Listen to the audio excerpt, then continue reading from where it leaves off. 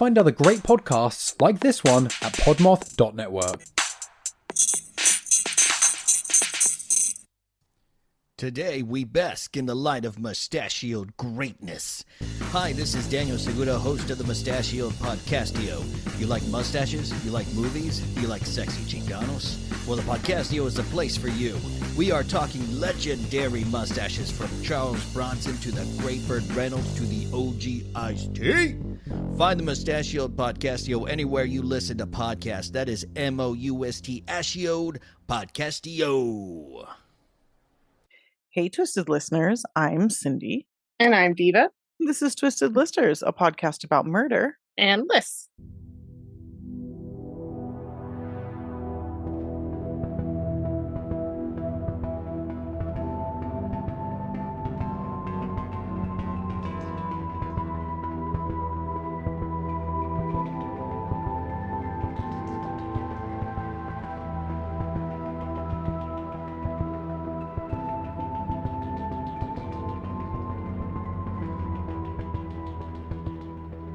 We're brought to you by the Podmoth Podcasting Network. They're the best little podcast network in town. Check out all the other podcasts. We have a few new ones that'll start cycling in on our ads. So we're a day late. We have to apologize. I researched a case that we just covered a couple months ago. And that sounds like, why the hell would you guys not realize that? But we were at that point still doing 10 cases a week. So it's real easy to forget the ones that you did, especially if they're cases that you already knew. I'm surprised it doesn't happen more often to us. Yeah. So we have a list where we keep track of it, but it's easy to miss something. It really is. So we recorded Ed Kemper last night, which I'm going to actually try to post both tonight if I can stay awake long enough to do it. That will be on the Patreon. And this one will be on our regular. So sorry, we're a day late, but we were a day late last week too, and it didn't seem to make a huge difference. So yeah, it happens. Yeah, it happens. It's life. We're going to get the second one out on time. We're doing great. Everything's lovely. We have a new patron. This just today, I think they signed up. I got to email them. So thank you, new patron, for your contribution of $5 a month. You fucking rule. Dang. Thank you. If you guys would like to join us on Patreon, it's patreon.com/twistedlisters. If you'd like to join us on TikTok, it's just @twistedlisters. If you would like to join us on Instagram, you can do that at Twisted Listers PCast. If you'd like to join us on, or check out, I should say, our website, you can do that at twistedlisterspod.com. And if you would like to send us an email, you can do that at twistedlisterspod@gmail.com. Also, Justin, you know who you are. You bought us 11 coffees, and I totally forgot to say thank you. That's amazing, right? Thank you. Thank you, Justin. Wow. Super excited. That was super fucking nice. Thank you, Justin. Yeah. So, okay, I guess we should just get into it, right? Yeah. All right. I picked this topic, and it is satanic/occult murders of the occult. This is like all the cases that are what the satanic panic nonsense people actually fear, like what is legit out there. Yes, and this is a topic we've done kind of before, hence us redoing the same fucking case by accident. But it's a good one for Halloween. It's an interesting topic. And honestly, there's a lot of good cases. Shout out to Ricky Queso. I already did him. He's one of my favorite satanic teen murderers and a very wild story. So you can look up The Devil Made Me Do It, which is the episode that he's on most recently from us. But since you chose, I'm going to go first. Yes. And in my researching, I did the Lillelid family murders. This is one that I did way back when we first started the podcast and did a similar topic, which is no longer online. So this is a redo, but most of you haven't heard me ever do it. So it's brand new to all of you. Yay. But I had a little leg up in the research, which was nice. So Vidar Lillelid was born in Sweden. I suck, but I think it was like 1955, I think. Same year as my dad, actually. But my dad was not born in Sweden. He was born in LA, in case anybody wanted to know. In case you want more information to steal my identity. Anyway, so Vidar was born in Sweden, Vidar Lillelid, and he moved to America. And through the Church of Latter-day Saints, which is the Mormon church, he met his future wife, Delphina Zelaya. They married in 1989 and went on to have two children, Tabitha and Peter. Delfina was Honduran, so they were a Swedish Honduran family. Nice. And yeah, really cute. And the children were adorable, and they were a happy little Mormon family. They were living, I don't know that they were living in Tennessee.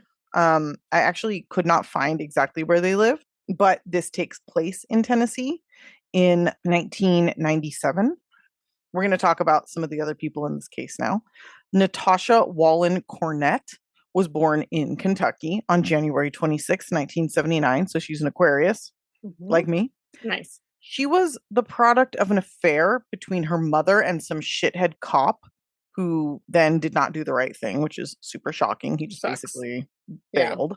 When she was 16 months old, she had surgery to repair a hole in her heart. So she was a pretty sickly child. She had a really hard life. Her mother was absent and extraordinarily unloving. Her mother did remarry, and her stepfather was abusive. I don't know if he was sexually abusive, but I know that he was physically abusive, and I believe he may have been sexually abusive as well. And fuck that guy. From a young age, Natasha had a lot of mental health issues, mostly stemming from her family life. Right.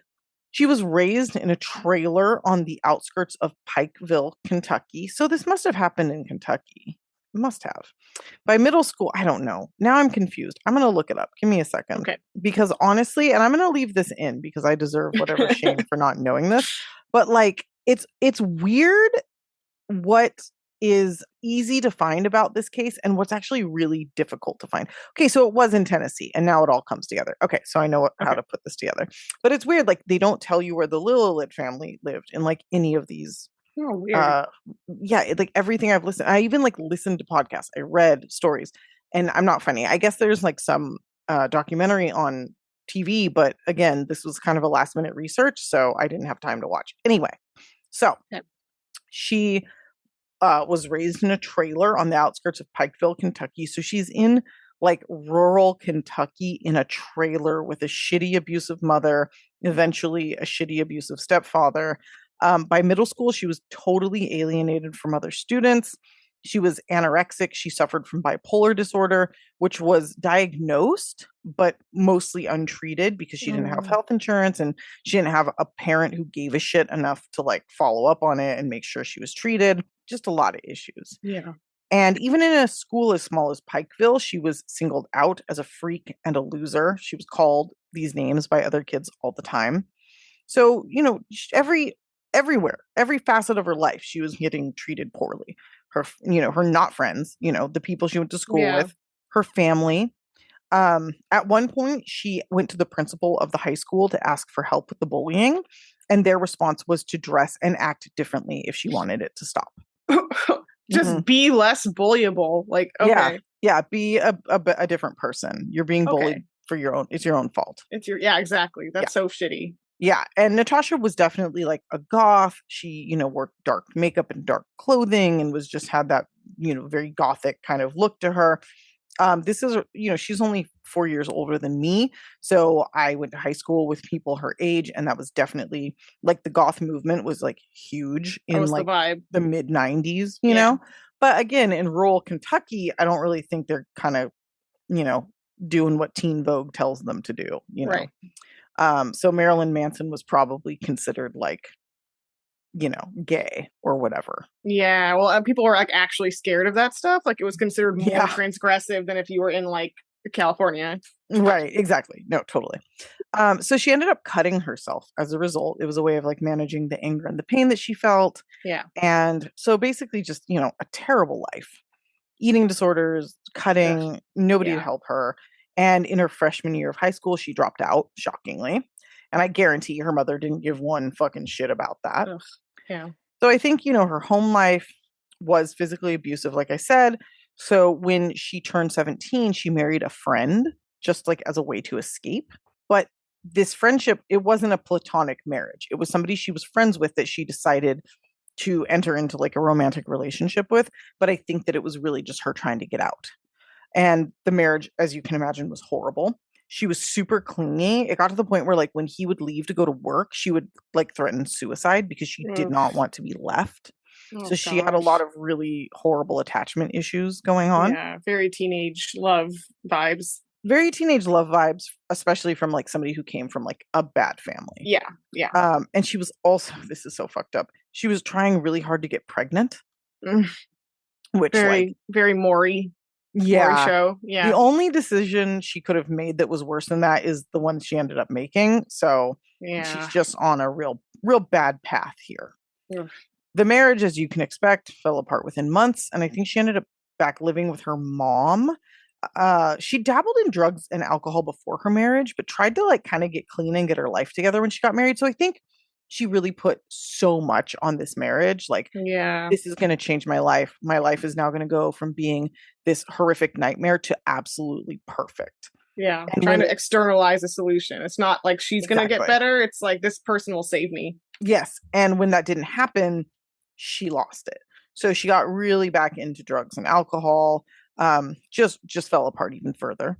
So now we're in 1997. She's a complete mess, completely out of control. And she's turning 18 this year. And she supposedly also was into witchcraft, including ritual sacrifices, bloodletting, all that stuff. Unclear on animal sacrifice, thank goodness. I don't know that ever happened.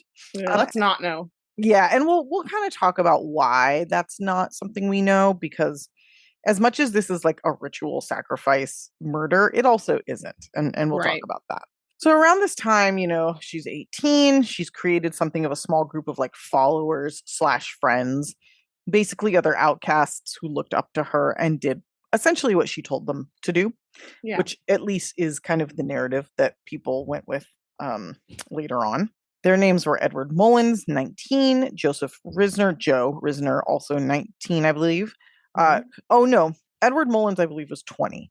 Joseph Risner was 19, Crystal Sturgill was 18, Jason Blake Bryant was 14, and Karen Howell was 17. Okay. Now, Karen and Natasha, I think, were really close, mostly because Karen had come from a similar background of abuse and poverty. Karen's parents moved her from Ohio to Kentucky when she was about 3 years old, and it was not a good move. It didn't fix any of the issues they were having, and Karen witnessed extremely physically violent fights between her parents for years and years, all of her formative years, until they finally divorced when she was 9 years old. Around that time, she was raped and sexually assaulted by both an uncle and a cousin, which, like, I don't even want to know the details of that, because I feel like uncle and cousin means they were like in it together. Yeah. Perhaps, like, or separately, which is also horrible. Yeah, either way, that's just all bad right there. Ugh, like, God, yeah, it's an extra gauntlet layer. of trauma there. Yeah, exactly. So she, like Natasha, was into self-mutilation. And again, I think that's kind of part of why she looked up to Natasha. Natasha was a year older. Natasha was like a little bit more hardened. Karen also had a very low IQ. It was at 78, which is kind of on the border of like having the state assign people to kind of help you, because you're not going to be able to take care of yourself as well as you should. Jason Bryant, who is the 14-year-old, his IQ, which these IQs, we know them because of what happened, because it was part of like the whole process of what goes on. It was just slightly higher than Karen's, coming in around 85. And he also had the emotional intelligence of an 11-year-old at the age of 14. Okay. This is likely due to years of heavy drug use. So by the time he was 14, he was like a hardened drug user. That is a lot. That is early. That's very early. Wow. To have like years under your belt at 14 is pretty fucking gnarly. Yeah. He'd met Natasha about a month before this whole thing goes down, but was already like super loyal to her. Probably was like into her, Yeah. Crystal Sturgill was actually a really smart girl. She excelled in high school. She did start using drugs, which she's like her grades started to kind of fail at that point, but she worked at a daycare center. She like pretty much had her shit together. Her drug use was likely a coping mechanism for being sexually assaulted by her stepfather. Across the board here. Okay. Yeah. This is something that she disclosed while in high school, and nobody gave a shit. And in fact, she was basically forced to move out of the house for making these accusations, and ended up couch surfing until she decided to run away with this group of people. She was really close friends with Edward Dean Mullins, who went by Dean, which is how she was related to this group. Okay. She's the one that I feel the most bad about in this situation, but we'll get to that. Okay. Dean Mullins was Natasha's boyfriend, and he was absolutely in love with her. He'd always, kind of like Crystal, been a good kid. He had a steady job at a grocery store, no criminal record, same as Crystal.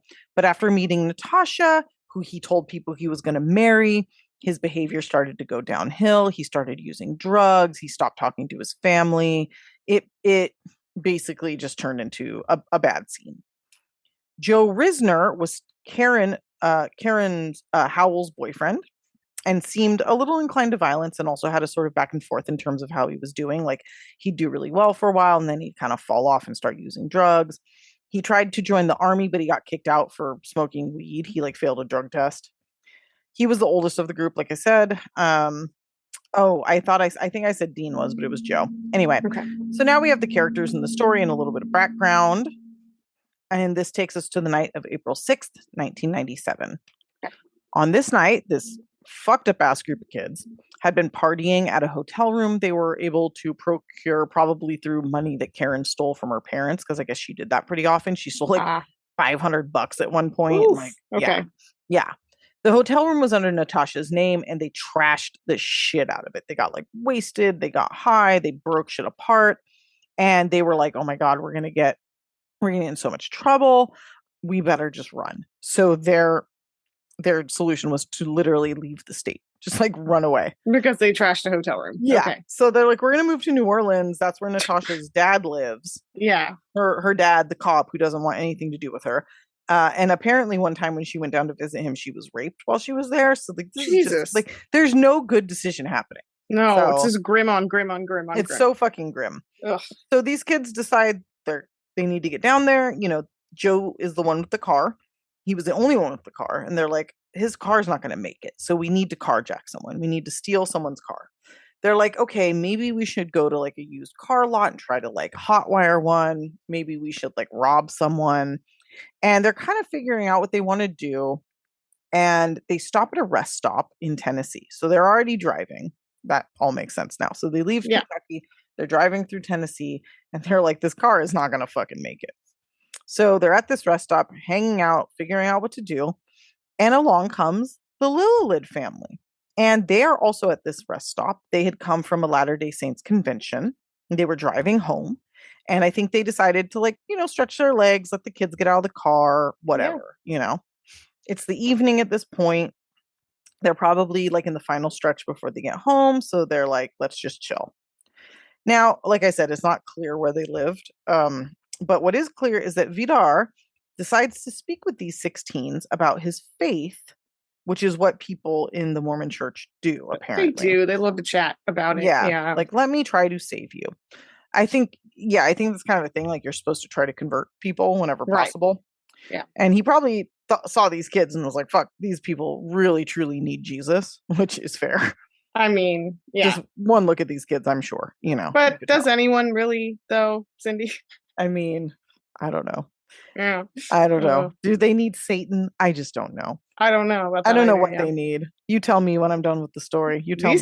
These kids need therapy and a hug is what they need. Yeah. Yeah, they do. That's true. No, you're right. Well, he thought instead of therapy and a hug, he'd try to get them into Mormonism. And, he goes over and tries to talk to them. His 6-year-old daughter picked a flower and handed it to one of the girls. A very sweet, innocent thing. She doesn't know, Yeah. But despite these people obviously just being kind-hearted religious weirdos, these young people, this group, decide, hey, these are our victims. They basically serve themselves up on a platter. Ugh. And I'm not sure where these guns came from, but this group did have 2 guns. They had a 25 caliber and a 9mm. So they pull them on the family and they tell them they're going to take their car. Joe Risner says to Vidar, I hate to do you this way, but we're going to have to take you with us for your van. Vidar is like, take the van, take my wallet, take everything. Just let us stay at the rest stop. We want nothing to do with this. We're not going to turn you in. Just let us go. I think it was sort of a decision in the moment because they were afraid of being caught. So basically, as soon as they pulled the guns, these kids realize like we're gonna have to kill this family. Yeah. Because we don't want to get caught. Ugh. I feel like Dean and Crystal were less involved, and they were not in the van. They were the only two that didn't get into the stolen van with the family. Okay. But instead they got in Joe's car and drove and trailed them, like drove behind, right? The children were understandably upset while in the van with these strangers holding them at gunpoint. I don't think they fully grasped what was going on. Obviously, the 2-year-old didn't, but the 6-year-old maybe had some sort of idea. So Delphina, their mother, starts to sing to them to comfort them. But 14-year-old Jason Bryant ordered her to stop, and she listened because Jason had a gun on her. Yeah. So Joe had a gun on Vidar in the front, and Jason had a gun on the rest of the family in the back. And he seemed, ready to shoot. So they made the family drive to a secluded road near Greenville, where they lined them up, and Jason shot them one by one. All of them. Oh my gosh. Including the 6-year-old and the 2-year-old. The little kids. Okay. Yep. Wow. He was later said to have then said, they're still fucking alive, and shot them all again. Oh my gosh. The group then abandoned Joe's car with the bodies, removing the plates to avoid them tracing the car, which like, hi, there's a VIN number, you fucking idiots. They're just idiots. They're just stupid. These kids don't have any idea what the fuck they're doing. Yeah, they're idiot babies. Yeah. Then they continued in the van down towards Mexico, deciding it would be better to leave the country rather than going to New Orleans because they're not trying to get caught.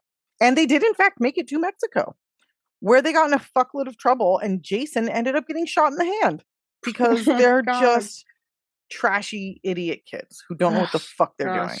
This, of course, gets the attention of the police in Mexico. They stop the group, they search the van, they find a knife, they find a family photo album of the Lillelid family. They're like, so y'all spooky. are fucking trouble. We're sending you back to the US.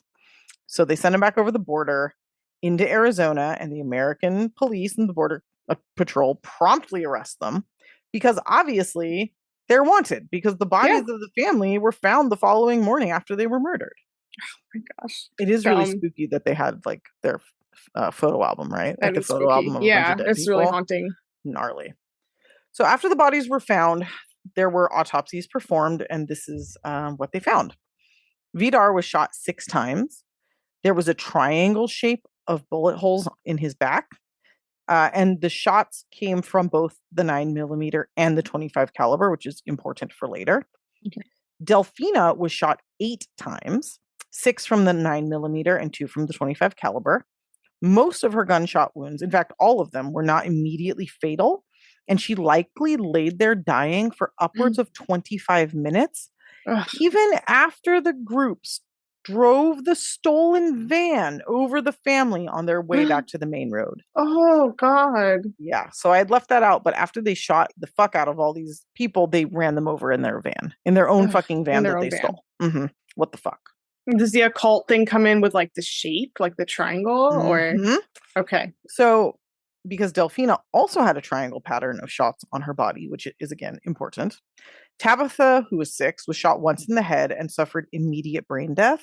When she was found, she was still technically alive, like breathing, and her body was functioning, but her brain was dead. Yeah. So her uncle had to make the insanely difficult decision to turn off her life support and donate her organs. God. Yeah. And 2-year-old Peter was shot twice, once in the head and once in the chest. He ended up losing, I believe, his right eye, but he survived. What? Yep. This 2-year-old was the only one to survive. God. He can now walk, but to this day, he still does use a wheelchair because it's very difficult for him to walk. But he was adopted by some people in his father's family and grew up in Sweden. He did eventually move back to the United States and got married, and I think has a happy life. So that's really great. Yeah, you'd think with all that trauma, it would like mess you up. Like he was so young that I think a lot of it is just kind of like buried or he doesn't know. Yeah. But anyway, back to the shit, right? Okay. So these fucking asshole kids, young adults, whatever, were of course brought back and faced murder and attempted murder charges. And the media fucking went wild. Part of this was because Natasha's lawyer. So Natasha was seen, she was painted as the ringleader. She was like the dark mistress that everybody followed and did what she said. She had the look too. So she totally did. Yeah. The media is like, we got it. Yeah. So her lawyer ended up in a lot of legal trouble later on for being a complete piece of shit just in general. But in this instance, it turned out later that he was trying to sell the rights to this story for a movie. He was trying to get to sell this story as a movie. So he was trying to get this to become really salacious so that he could sell it, right? So as part of this, he convinced Natasha that it would be in her best interest to play up her goth look and go all in on the Satanist stuff. Oh, gosh. Yeah. So this really backfired on the group, as you can imagine, mostly on Natasha, but it affected all of them. The lawyer told Natasha to refer to herself as, quote, the daughter of Satan, to try for an insanity plea. But what it really did was get the old satanic panic juices flowing for the media and made her out to be this evil, devil worshipping, ritual Satan psycho, right? And basically the way that it got spun in the media was that she was this satanic witch. These were all of her minions, and they had sacrificed this family for Satan, right? Oh my God. And he's taking advantage of how young and stupid they are. Come on, this would not, how would this help you? It's ridiculous. Yeah. But the guy didn't give a shit about them. This lawyer, I think he's in exactly. prison at this point for being a complete piece of shit. Oh, good. Okay. But he was like, oh, this is salacious. I'm going to make money off of this. Let's make this dumb 18-year-old girl, throw her under the bus for my own, benefit. So the prosecution, namely prosecutor Berkeley Bell, I think deep down thought that the whole satanic thing was bullshit. But he also went pretty hard on it on his side, just trying to really get the jury to hate these people, because he's like, fine, you want to play this game, let's fucking do it. Sure, I'll use it. Yeah, and it worked. Berkeley here claimed, and he's a piece of shit, and I hope he dies in a fire. He claimed that the bodies of the family were all positioned in the shape of a cross, and that the parents had been shot in an upside down cross pattern. Okay, so but it was a triangle pattern. Now is slightly less sinister or something. Triangle. Okay. Yeah. He also claimed that, the family was sacrificed. It was all, a sacrifice to Satan, that the night before in their hotel room, they had been doing bloodletting and drinking each other's blood, and they were vampires, and Natasha's this weird ringleader. Pretty quickly, the judge replaced Natasha's lawyer. He was like, what in the fuck is going on? Abso-fucking-lutely not. You are so fired. But at that point, the damage had been done. Yeah, for sure. So they did a lot of interviews with the kids, and every single kid, 5 out of 6 kids, and I call them kids because they are. Yeah. I don't want to adultify them. Yeah, but I don't want to diminish what they did, but I'm also, and so technically 3 out of 5 of them are adults, but come on. No, their behavior also shows that they're kids. Yeah, in a lot of they ways. have not. Yeah. They have not grown up. So 5 out of 6 all said the same thing. There was one shooter and one shooter only, and that was 14-year-old Jason Bryant. Ugh. Jason said, I think that Dean and Crystal did the shooting, which probably not, considering Crystal was only there because Dean was there. So whatever, nobody, it didn't matter in the end because they were all found to be equally at fault. Okay.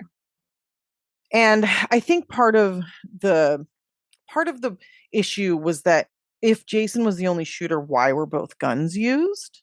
Right. To me, logically, when you think about it, that would mean probably 2 shooters. But one thing to keep in mind when thinking about that is that he did shoot them all, and there were 4 of them, and then said they weren't dead. So it's quite possible the gun ran out of bullets, so he just grabbed the other second one. Yeah. Or he started with the bigger gun and then one person can use both. Right. Exactly. Yeah.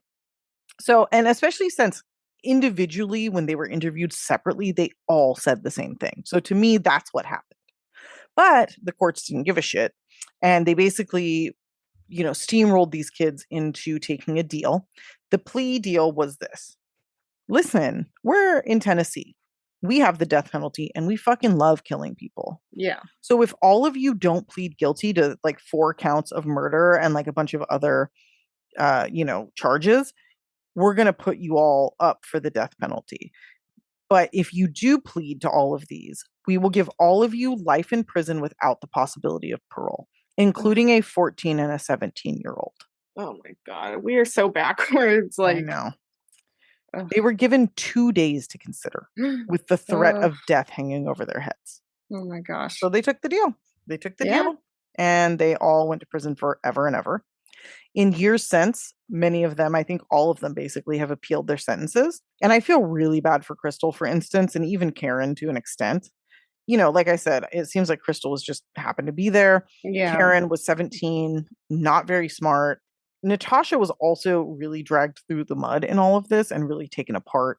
Just for being gothy and stuff. Yeah. But, I don't know. I mean, in one of her appeals, she brought up the whole bodies were in a cross bullshit, which wasn't true. But the court was like, we didn't really consider that evidence when we sentenced you. So we're not going to let you appeal based on that. Karen Howell has applied for clemency after a bunch of her appeals were denied. Because she was only 17 at the time, I think Tennessee finally ruled that you can't automatically get life without parole when you're underage. Yeah. So she's trying to use that. She put in 2020, but I'm sure the pandemic fucked it all up. She also is saying I was barely fucking there.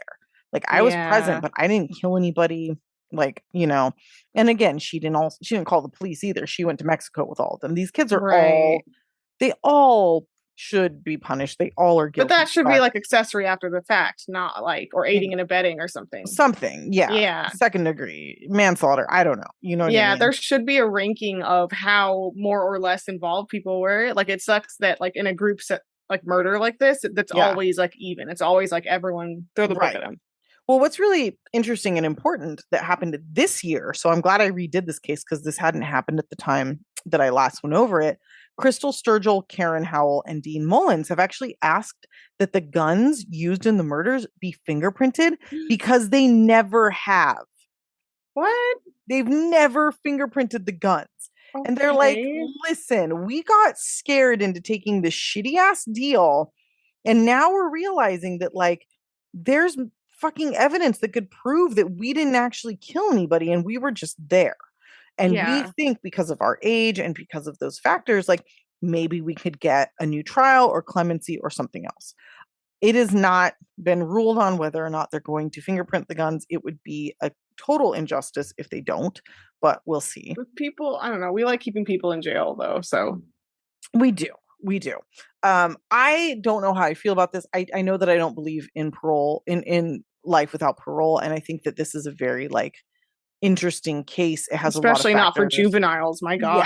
Yeah. There's a lot of factors in this case that make it much more gray than black and white. And when they all had such horrible backgrounds too. And and I do feel bad for all of them. I don't feel as bad for Natasha. I don't feel that bad for Jason because he's 14 and he was the murderer, but obviously he's mentally has issues. Yeah.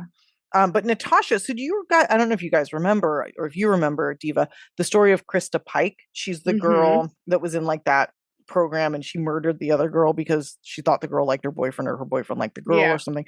It was an extraordinarily brutal murder for basically no reason. Well, Natasha and Krista were in prison together in 2001 and they attacked another prisoner and nearly killed her by strangling her with a shoelace. Holy shit. Yeah. So Natasha here is she's still wild I'd never done it. I'm not a Satanist. I'm just an abused girl. That's not who I am. But 3 or 4 years after being put away, she's fucking trying to murder other people. Now, I should say that she never actually got charged. Krista Pike got charged and convicted of attempted murder, but they couldn't find enough on Natasha to actually charge her, but it is something that's kind of out there in the world that that's not going to help her appeals at all. No. And that's fucking wild with another teen girl murder of the same flavor too. Yeah, and Krista Pike's on death row, by the way. Wow. Yeah, and she gives no fucks. That girl is gnarly. So yeah, that gives me a little pause to be she's still doing her thing. But a lot of the other kids, and especially the ones that weren't considered the ringleader, definitely didn't pull the trigger. I do think that there is some room for that. But I also think it's really tragic that this family that did nothing wrong, they just talked to strangers and were in the wrong place at the wrong time, were terrifyingly, violently murdered. And I do think that we have to take a moment to talk about that, Ugh. Yeah. Anyway, my God. That's the case. That was grim. Yes, it is. Yeah. All right. So I'm going to bring us home this evening with a case that's savory. It's a savory stew, if you will. Adolfo de Jesus Constanzo, and it's the murder of Mark Kilroy. Oh shit! Okay. Yeah, that's what we're doing. It's going to be long. It's going to be gross. Okay. Very, very gross. So this is like an advanced level thing. If you're feeling a little like your stomach is sick or you're queasy right now, just like, sorry, Cindy. I think you said that before we got on air. This is really gross. This happened in Matamoros, Mexico in 1989. Mark Kilroy is 21. He was a University of Texas at Austin pre-med student, originally from Santa Fe, New Mexico. It was March 1989, and he was basically stoked to be going on a spring break kind of friendcation with a close group of his friends from high school. So they all went to different colleges, but they were like reuniting, which is fun. Dude, I'm gonna puke. I'm sorry. I just know I am. This is so gnarly. Okay, sorry. Go ahead. Oh God. Okay. If you have to. No. It's okay. I just have to prepare myself mentally. I'm all right. I can do this. It's just, I can't believe I'm doing this case right now too. I know, like when your stomach's a little queasy and then something's going to be horrific, and it's fine. It's doing flips, but I'm here. I'm going to make it. Let's do it. Okay. So the friends get a room at a Sheraton hotel in South Padre Island, Texas, where people often party for spring break. It's right on kind of the Mexican border, so you can easily hop over and party in Mexico. Right. The friends are having a great time. They go to the beach. They go to bars. They frequently walk over the border to Matamoros, which is like the right on across from South Padre Island. By the way, this is totally irrelevant to the case, perhaps, but I just have to say, in case you don't know, Matamoros is a super fucking weird ass name in Spanish. There's lots of things with Matamoros, but it means like more killing. Essentially, it means like more murders. More murders. I like that. No. But like not more as in more as in Moor. Yeah, like the Moors murders. Like yeah, but Ian no, but it's really racist and bad because a Moor is a term for like a black person. Oh. Yeah, that's how they mean. That's how they mean it. Yeah. Oh, that's not acceptable. Yeah, a Moor is like a medieval European term for like a North African, but it gets conflated with black people. It's a long story. Anyway, ew, so I don't like that. They need to rename that. Means like murder African people, Mexico. It's kind of what it feels like to me. Ew. Anyway, so yeah, that's not acceptable at all. I don't like that at all. Yeah, so lots of stuff like that. It's a whole thing. I'll do a side story for you about the Moor. Anyway, please. So they are partying there at various bars like the Hard Rock Cafe, kind of cheesy tourist places. On March 14th, they're walking back from the bars. They've been drinking, whatever. It's pretty crowded. And Mark doesn't say anything. We kind of pulls off to the side to pee. On the side of the road, and his friend literally just sees that he's fallen behind. Like a few minutes later, like oh shit, where's Mark? Goes back to see what happened to him, and he's gone. That is so scary. It's like the start of like it's like the start of like a version of Hostel or something.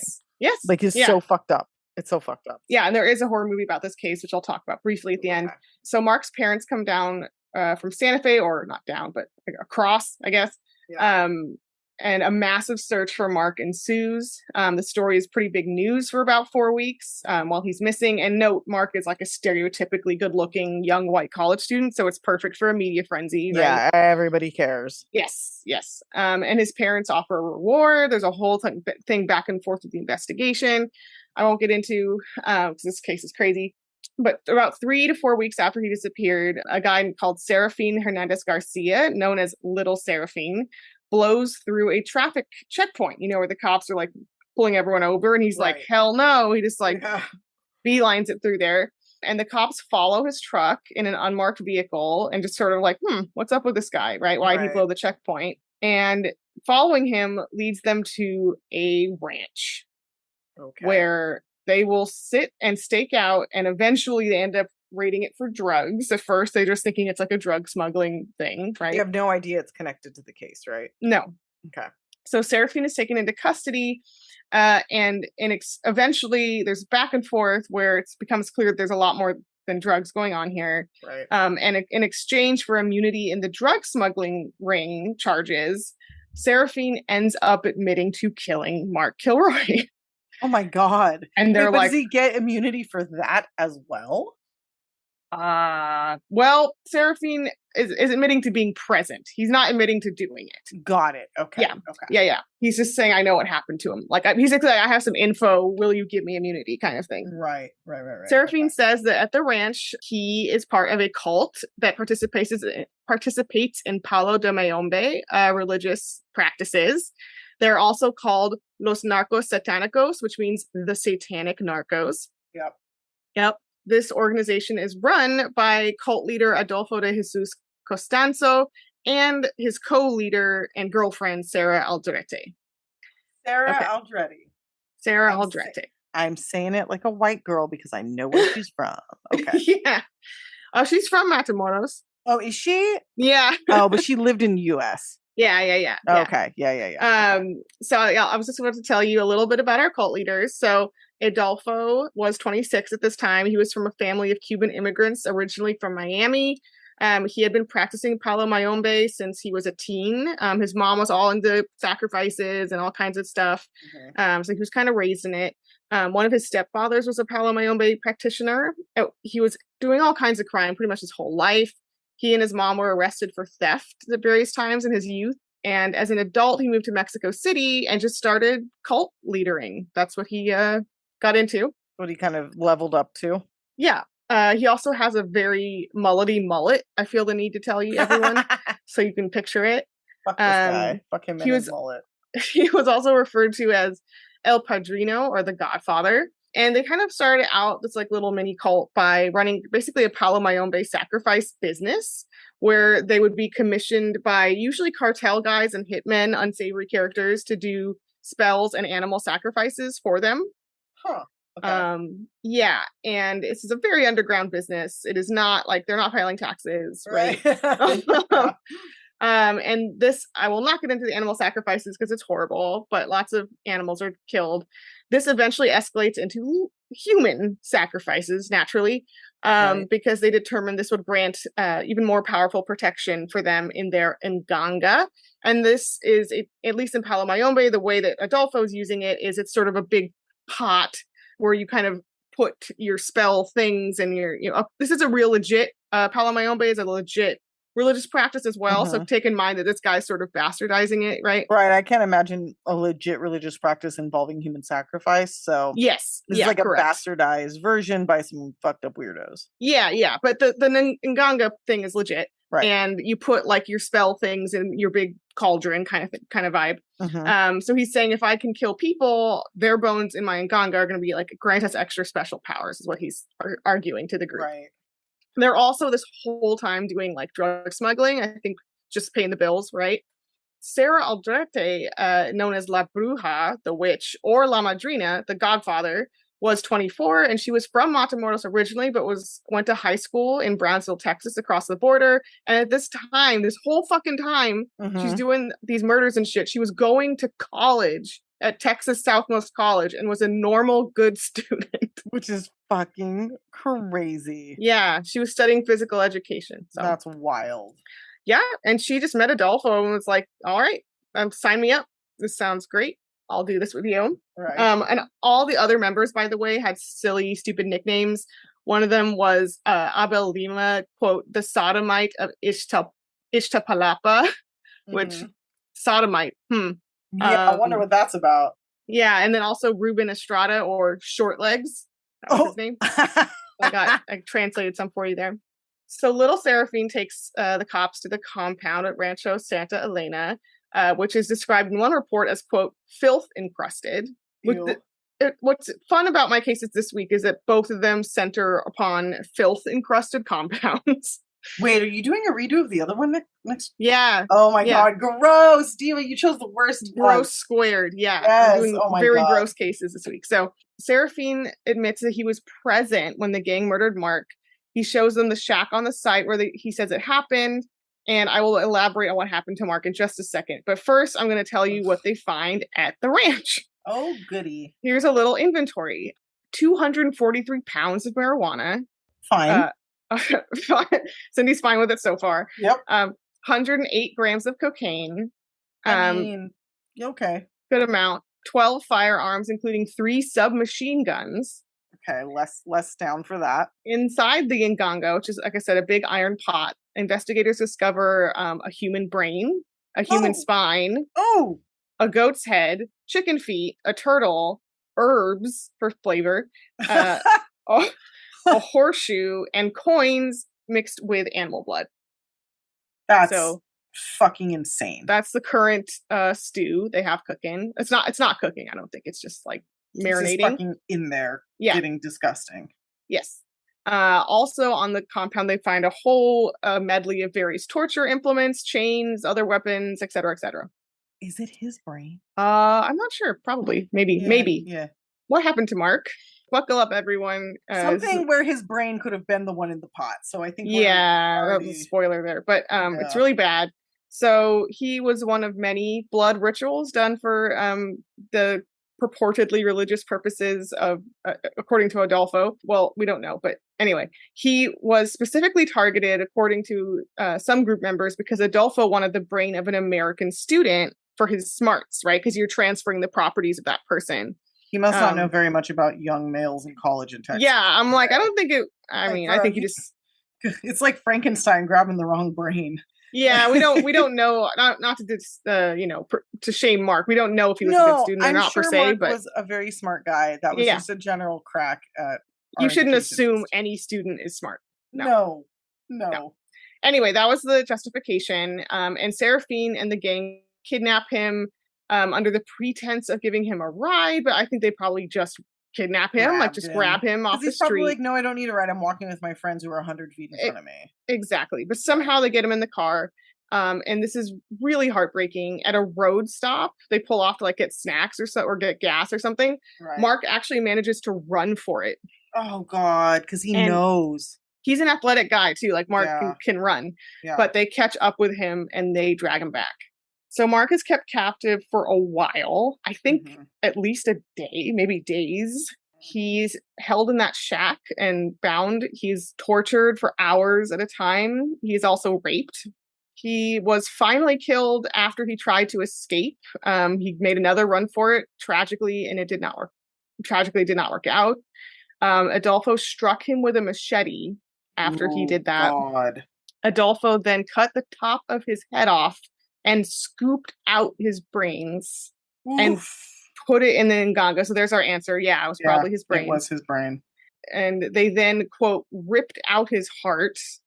I mean, he doesn't know at that point, so this is just them being disgusting. But they rip it. It's not, They then removed his legs and dismembered him.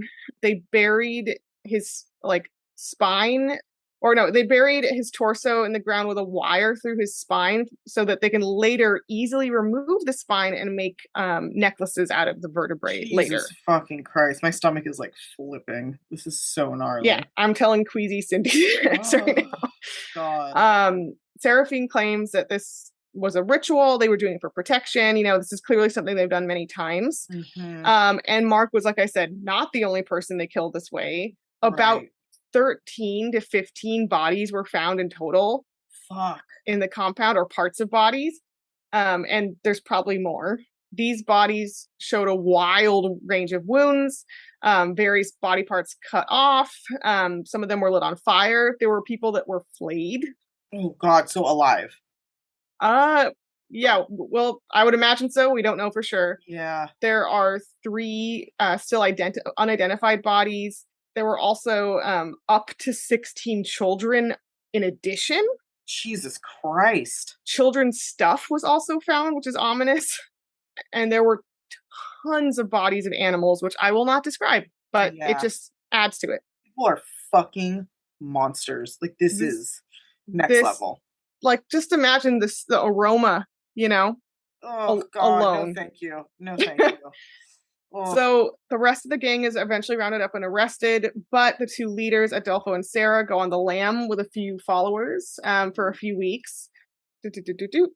They're eventually found in Mexico City with 4 followers. Police respond to the apartments they're hiding out in for something else that's not related to them, but Adolfo freaks out, assumes they're coming to get him, and fires at police with a machine gun.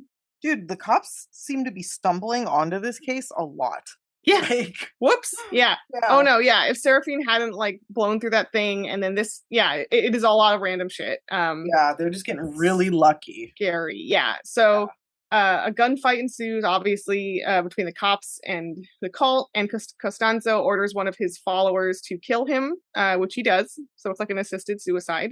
So Adolfo gets his follower to shoot him. Two followers are killed in the gunfight, but Aldrete and one follower are taken in and added to the batch of followers that are arrested, which are 14 people in total. They are charged with a whole range of things, including multiple murders, but not Mark's murder, oddly. That's weird. Yeah. Why is that? I don't fucking know. I think maybe it's just because they had so much, too, that they're like, well, okay. So the guy that's the reason they got caught doesn't even get justice? That seems weird to me. Yeah. I mean, Adolfo is dead. He's the guy who mostly killed him. I mean, right. So there's that. So some of them get pretty harsh sentences. Others are pretty light. Aldrete got 67 years. That was later reduced to 50 years. Well, whatever. That's fine. Still pretty fair. She actually has never been tried for the murder of Mark Kilroy, and U.S. authorities have said that if they're watching it, and if she ever gets out of Mexican prison early or, later on after the 50-year sentence, they will try her for the murder of Mark Kilroy.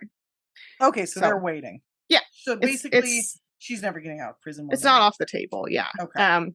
And just as a side note, I didn't find too much more about this, but I guess at Adolfo's apartment in Mexico City, a different apartment, they found a whole torture chamber as well. So he had like multiple bases of operation.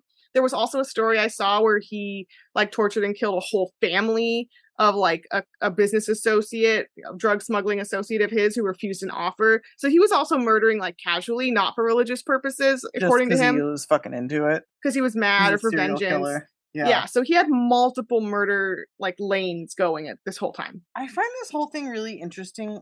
It's so interesting to think of all the different types of like murderers. Yeah. And there's the ones that are like so fucking hardcore that they are like, if I ever get caught, I'm killing myself. And they fucking mean it and they fucking do it. And it's such a trip to me. It's interesting that he had his follower do it too. That he couldn't do it. Yeah, it was probably more of like a sure thing.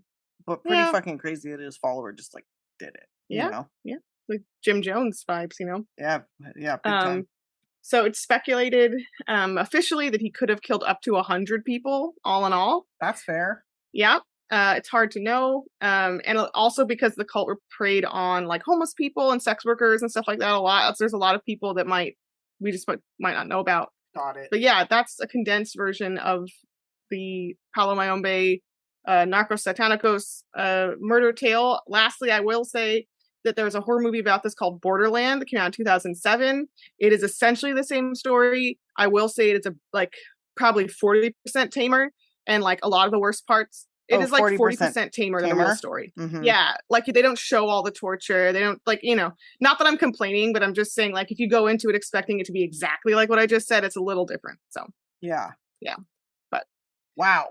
Jesus, yeah, but the part where he like wanders off and they abduct him is like very terrifying, and it's very similar. Yeah. That's a fucked up ass tale. The things they did to this poor guy, like it is horrible. His poor family and like those friends and like it's really fucked up. It's really fucked up. And what a compound. What a smell. Yeah. What a slurry. What a smell. That's quite a slurry in that pot, Yeah. Wow. So those are our first two. And I'm very sad to say that I know what your next one is. Yeah. Because I remember hearing about it before and being equally disgusted. So I'm glad you're staying on brand. All right. Grosser. Yeah. Yeah, even grosser. You guys are in for some fun. I apologize if this episode is not as well edited. I'm just trying to get it out on time. So if you hear some weird shit in the background or there's some extra us fumbling over our words, things like that, it's really just in the interest of getting this out. So we appreciate you allowing us to be a little less perfect today. Anyway, it will be great. That'll be perfect in a way, in its own special way. Everyone is perfect. We're all beautiful people, and this will be a beautiful episode. Anyway, so we will be back in just a couple of days, a little bit shorter timeline than usual with the next half, and then we're going to keep rolling with the spooky themed top 10 lists. Spooky topics. Yeah. Yeah, and so- also I want to say, like, you can do Top 4. satanic stuff and occult stuff, and you don't have to murder anyone. Yeah, and that's totally fine You to know? do that. I mean, if there's Yeah. Jesus, there's Satan, and whatever, do your thing. Yeah, Enjoy no your no life. animal sacrifices. Just buy a crystal, just like make a little spell potion. Like do be casual about it, Yeah, wear black clothing and listen to Yeah. gothic shit and enjoy Yeah. yourselves. There's nothing wrong with that. Exactly. We want to make sure there's no judgment unless you hurt other people Yeah. and then die in a fire. So Yeah, don't do that. there it is. And then you're giving goths a bad name. So You are, which makes it even worse. So, all right. So be gothic, but be nice. And until the next half, hey. off our